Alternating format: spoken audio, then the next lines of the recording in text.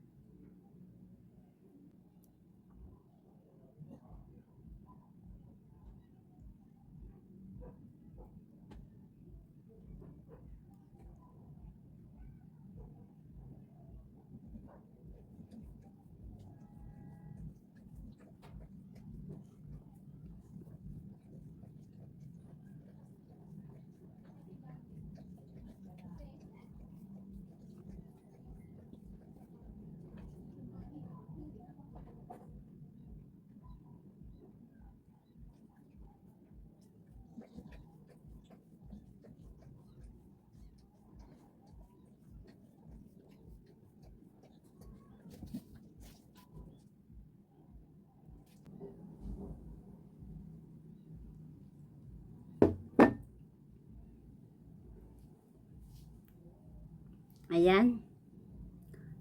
So, patatagalin lang po natin to sa ating mukha ng 15 to 20 minutes. Babalik po ang inyong kaganda.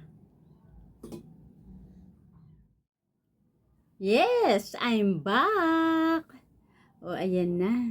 After 20 minutes, so, tuyo ng ating, di ba? At ang bango. Amoy honey.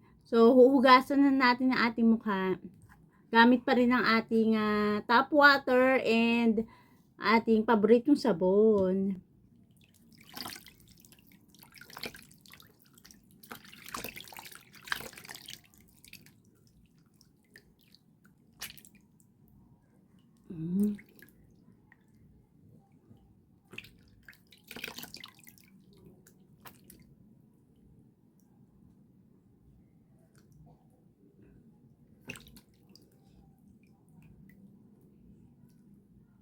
Ang dulas.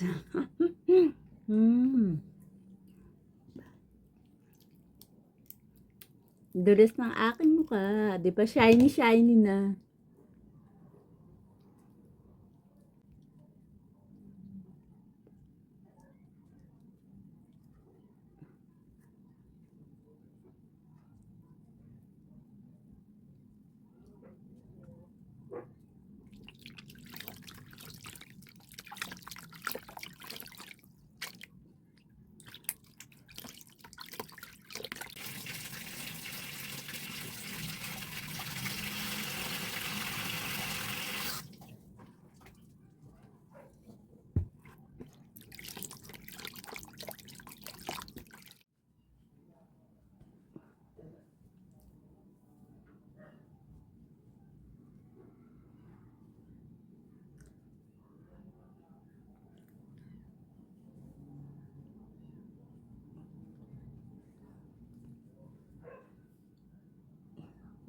lamot sa mukha. Ayan. So, ano ba ang benefits ng DIY ng egg yolk at saka olive oil and honey mixture, 'di ba? Etong DIY na face mask na to, first time ko lang tong mag-apply sa mukha. Ayan, oh. Medyo natin. Para talaga makita. Kasi previously, ginagamit ko yung egg white, yung puti. Yung puti kasi, pampabanat ng mukha siya, di ba? So, yun. Anti-wrinkles kasi yung egg white. Yung egg yolk naman, di ba? Ano ba yung egg yolk? Ito yung naglalak na moisture sa ating mukha.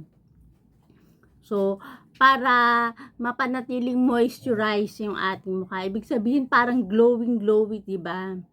Hindi siya dry. And then, yung may mga acne o pimples, yung prone tayo sa mga pimples during sa kapag malikabok, di ba? Yung mga area na pinagtatrabahuan natin o pinupuntahan natin o kahit sa bahay. Kung ang bahay po nyo is malapit sa kalsada, yan ganyan. Yan naman po yung ating bahay, wala pong kisame. So, yan. Parating pasok lang mga alikabok niya, may mga buhangin pa, 'di ba? Ganyan. So prone po tayo sa ganyan.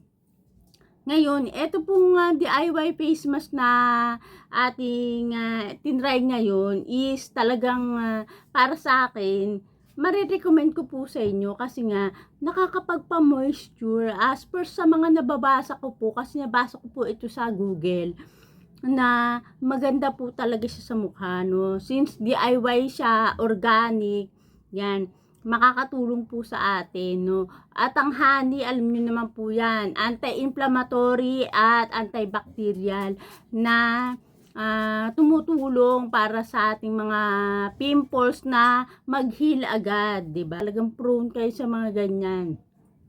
Nasa lahi natin, nasa genetics natin yung parating nagkakaroon ng pimples.